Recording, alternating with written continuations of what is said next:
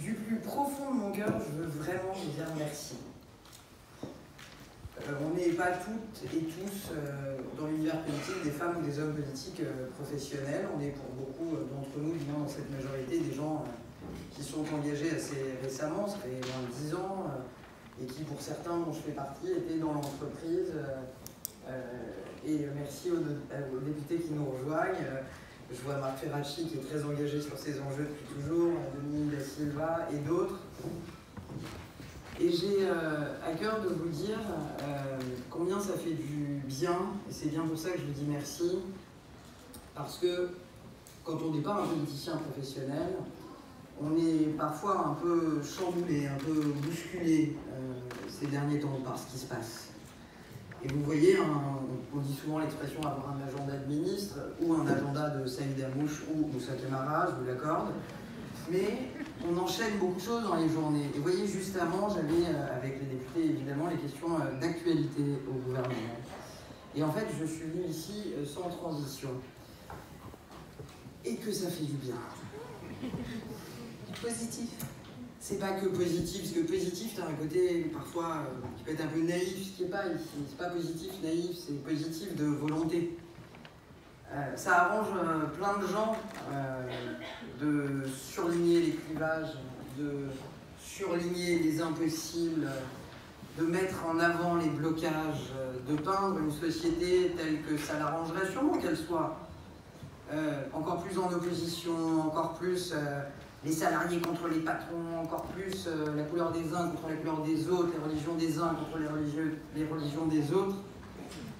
C'est dur, et chapeau bas aux députés qui parfois se retrouvent coincés entre des positions assez raides des deux côtés de l'hémicycle. Et vous arrivez ensuite ici et vous avez des femmes aussi belles que talentueuses qui vous chantent du George Michael et vous vous dites j'ai dû louper un truc dans ma journée.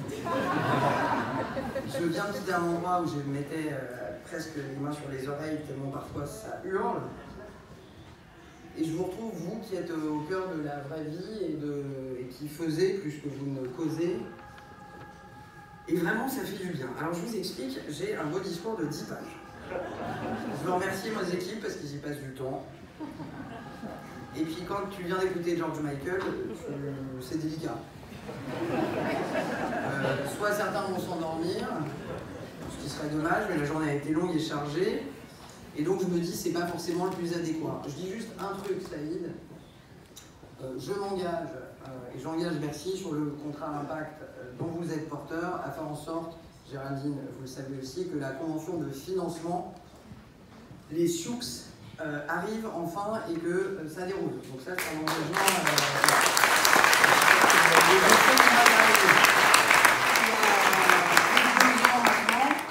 Et je vous reconnais bien là, parce que c'est aussi une forme d'expérimentation, entre guillemets, et le haut-commissaire qui Mogili le sait bien. On expérimente avec les contrats impact quelque chose de nouveau. Alors c'est comme toujours, il y a ceux qui vous disent ça ne marchera jamais, mais ceux-là on les connaît bien et on les écoute pas beaucoup. Il y a ceux qui vous disent ça va être très long, ça va être très dur, ça ils n'ont pas totalement tort. Mais le vrai, c'est qu'on est en train de bâtir avec les contrats impact, et d'ailleurs en Europe ils s'y intéressent de plus en plus, un mode d'innovation sociale particulièrement intéressant, sans être trop casse-pied, j'ai juré que je ne le serais pas. C'est intéressant ce que ça dit de l'État aussi, le contrat impact.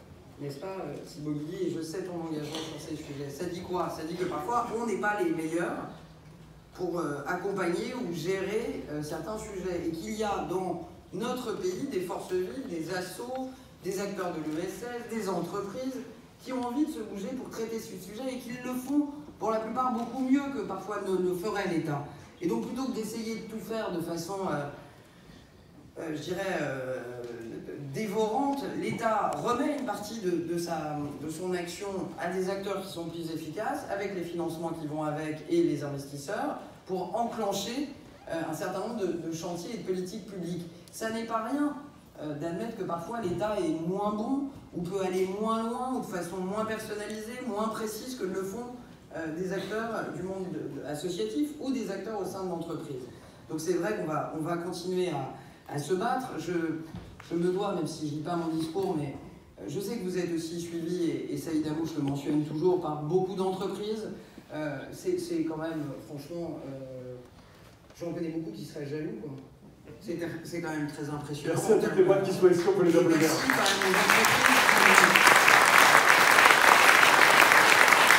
Quand on se demande qui n'y est pas, plutôt que la liste de tous ceux qui y sont, c'est qu'on est sur le bon chemin, et ça, franchement, chapeau bas. 16 ans, Saïd Amouche, d'engagement, de boulot, matin, midi, soir, week-end compris. Au service du sens, au service des autres. Alors forcément, comme moi je suis arrivé sur Freedom de George Michael, je me suis dit, plutôt qu'un discours, je voulais vous partager avec vous deux choses. D'abord, je vous l'aurais dit le contrat impact, je vais m'en occuper personnellement, parce que je suis un peu impatiente maintenant. Et vraiment, un immense merci aux entreprises partenaires et aux acteurs. Je suis assez... il y a des sujets sur lesquels je suis très pessimiste, je vous rassure, mais je suis assez optimiste sur le sujet de l'inclusion. Je suis assez optimiste parce que d'abord, je crois qu'il y a vraiment une volonté qui est beaucoup plus partagée qu'il y a 15 ou 20 ans. Qu'on a un travail de titan qui a été accompli évidemment par la Fondation, évidemment par les déterminés, mais aussi un peu et humblement et par l'action publique, par l'engagement depuis des années au service de l'emploi des jeunes. Je sais que les bonnes nouvelles n'intéressent pas forcément au grand monde, surtout quand on les répète. Mais c'est quand même pas rien. Et je sais que si un jour ça change, on nous le reprochera. Donc avant, j'en profite pour en reparler. C'est quand même pas rien. Moi j'ai 45 ans. Du jour où j'ai compris les infos, je veux dire, de BFM télé, parce que je vous vois devant moi, j'avais 5-6 ans, je n'ai entendu parler que de chômage. Et on vit la nouvelle sur le chômage des jeunes comme si c'était une info de plus. C'est pas une info de plus, c'est une révolution en réalité. Enfin, quand vous êtes de la génération des années 80, vous êtes arrivé sur le marché du travail dans les années 2000, et je vous dirais, peu importe vos origines, même si c'était bien plus difficile pour certains que pour d'autres, mais c'était quand même globalement difficile pour tout le monde.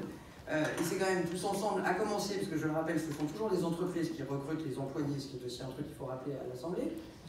Les entreprises ont quand même sacrément joué le jeu, l'apprentissage, l'alternance. Bien sûr qu'on a joué le jeu, et notamment notre première ministre avec Un jeune, une solution, avec Thibaut Guilluy. Mais c'est un pari qu'on a fait tous ensemble. Et la réalité, c'est que c'est quand même, comme dirait ma fille, quand même un peu moins pire aujourd'hui qu'il y a 20 ans. Et ça, on vous le doit, et on doit aussi aux entreprises dont la maturité sur la question de l'inclusion économique et sociale a été croissante ces dernières années. Tant mieux, je vais vous dire. Parce que ce que vous faites là, tous, c'est ce que de toute façon, la roue du capitalisme européen va vous amener à faire. Vous avez juste pris de l'avance. Gardez-la, cette avance.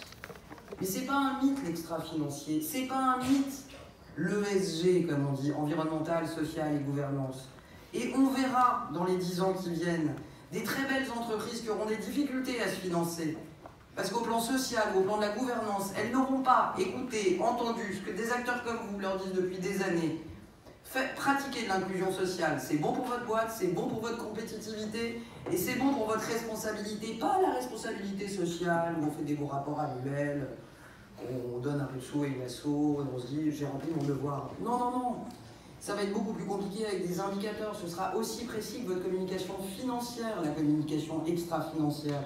Et beaucoup d'entreprises françaises, mais européennes, vont devoir, à horizon 2030, c'est-à-dire demain, travailler autant leur bilan extra-financier que leur bilan financier. Souvent, vous, je sais que vous le savez, et que c'est aussi dans une dynamique compétitive que vous posez l'inclusion économique et sociale. Pas à côté de l'économie, au cœur de l'économie, au cœur des entreprises. Mais ce que vous prenez là comme avance est une avance que vous allez préserver dans les années qui viennent et qui sera, et je ne crois pas qu'il y ait tabou à le dire, un avantage compétitif, un attribut saillant pour vos entreprises dans leur capacité à attirer des talents, à attirer des investisseurs et à capter des nouveaux marchés. Je le dis parce que certains n'y croient pas. On verra ce qu'on verra. Les législations, elles sont prises. CSRD avance, le devoir de vigilance aussi.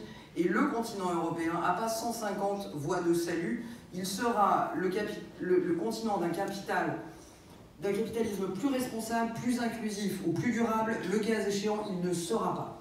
J'y crois dur comme fer. Il y a 3 piliers. On surpondère de tout temps, et notamment ces dernières années, beaucoup l'attention. À juste titre, c'est notre maison, c'est notre planète. Le pilier environnemental.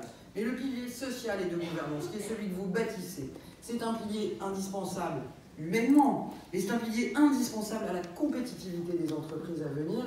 Et donc, vous avez un temps d'avance. Voilà. Donc, chapeau bas aux entreprises qui font ce pari. Et c'est un pari magnanime au sens propre du terme, mais c'est aussi un pari que votre compétitivité verra positivement. En vous écoutant, parce que j'écoutais quand même la chanson, et encore bravo mesdames, je me demandais d'ailleurs pourquoi Bercy n'est pas dans la chorale. Ça détend. Moi, après, si vous faites des tests, je pense que je ne vais pas être recrutée, mais je veux bien prêter candidate avec d'autres agents de Bercy. Pour faire passer à... Thibaut aussi. Bah oui, moi je peux faire les chœurs derrière ou un truc comme ça. Et j'ai trouvé ça vraiment un joli moment, et en vous écoutant, je me rappelais évidemment deux choses. Ces mots qui sont très beaux et qui, chacun a son histoire et son parcours, mais pour moi résonnent. C'est le cadeau de ta naissance, il y a tant d'envie, tant de rêves qui naissent d'une vraie souffrance, qui te lance et te soutient, c'est ta chance, ton appétit, ton essence, la blessure où tu viendras puiser ta force et l'impertinence qui t'avance un peu plus loin.